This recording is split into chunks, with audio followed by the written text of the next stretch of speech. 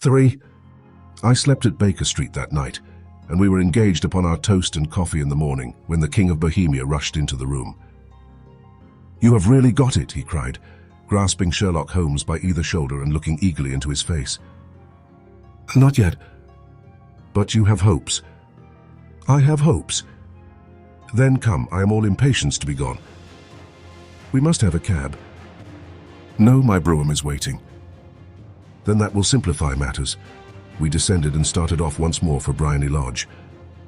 "Irene Adler is married," remarked Holmes. "Married? When?"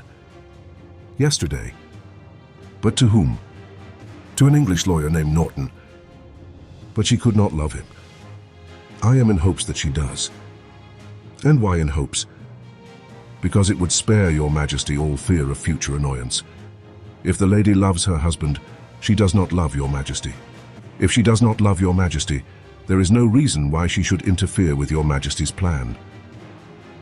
"It is true, and yet, well, I wish she had been of my own station. What a queen she would have made." He relapsed into a moody silence, which was not broken until we drew up in Serpentine Avenue.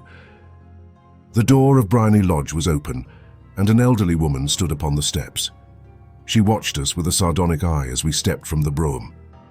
"Mr. Sherlock Holmes, I believe," said she. "I am Mr. Holmes," answered my companion, looking at her with a questioning and rather startled gaze. "Indeed, my mistress told me that you were likely to call. She left this morning with her husband by the 5:15 train from Charing Cross for the continent." "What?" Sherlock Holmes staggered back, white with chagrin and surprise. "Do you mean that she has left England?" "Never to return." "And the papers?" asked the king hoarsely. "All is lost." "We shall see." He pushed past the servant and rushed into the drawing room, followed by the king and myself. The furniture was scattered about in every direction, with dismantled shelves and open drawers, as if the lady had hurriedly ransacked them before her flight.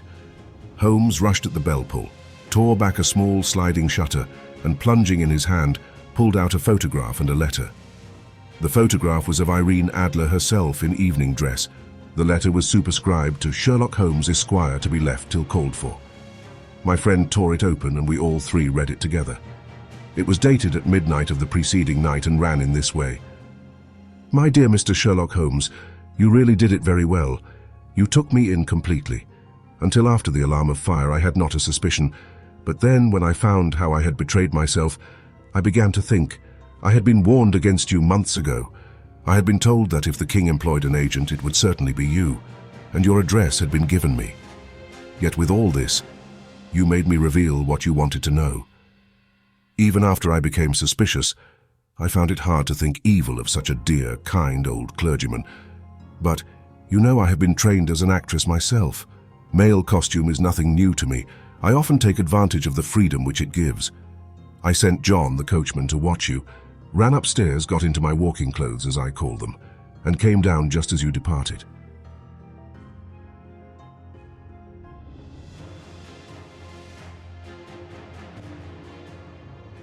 From what I have seen of the lady, she seems indeed to be on a very different level to your Majesty, said Holmes coldly. I am sorry that I have not been able to bring your Majesty's business to a more successful conclusion.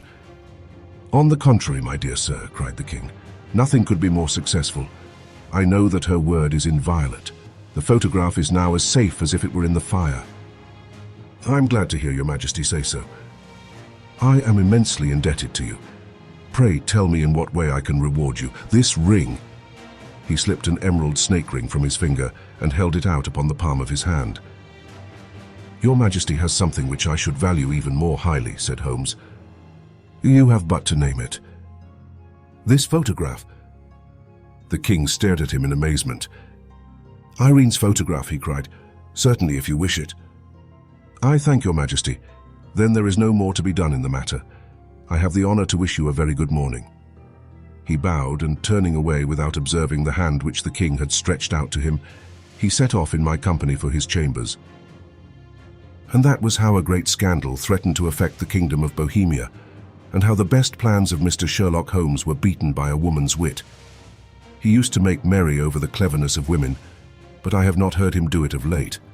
And when he speaks of Irene Adler, or when he refers to her photograph, It is always under the honorable title of the woman.